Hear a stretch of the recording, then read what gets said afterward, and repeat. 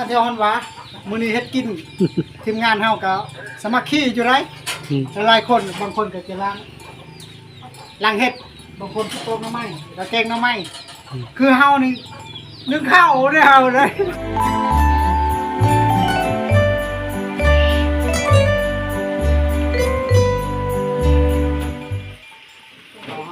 กินมาหลายเราเจ็ดเป็ดคนก็บ่มัดได้กินเลยมาเบิ่งคือว่าบ่พอ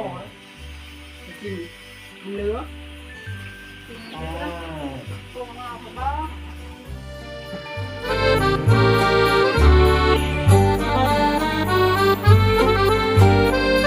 พอกินบ่เข่านะคือหน่อยแท้พอแต่ละมือซ้ำนี่ได้เฮาหนึ่งเขาเลยเดี๋ยวบางคนบอกอ้าวได้กินเจ้านี่เขาว่ากินข้าวขึ้นมันหน่อยแท้มันน้อยแต่ว่าคนโบราณเขาว่ากินเป็นคนนึ่งสองมากไปว่าคนเฮาแบบบางคนก็สบายเขากินแบบโบราณเนี่ยเฮ็ดงานมันเมื่อยเห็นเลยกินข้าวโพดแซ่บตอนนี้ก็ยังเลืออยู่นะเขาเลือเงินได้ขายเลย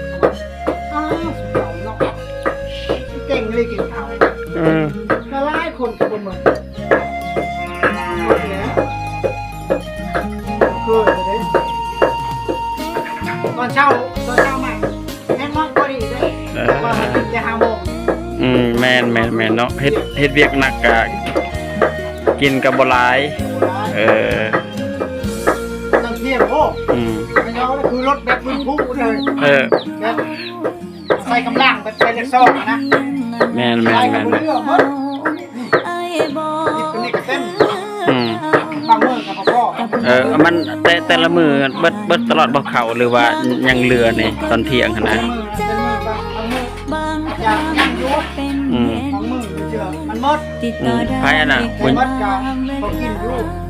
ผู้หญิงนะซื้อนั้นได้เพิ่นอันน่ะผู้สาวนี่นะใส่เสื้อแดงนะสาวนะคือเฮ้ยผู้สาวซื้อได้ไปซื้อนะซื้อนะแม่นั่งนำไปลงกับตัวโอเคเอาตอนนี้ก็บ๊ายบายทุกคน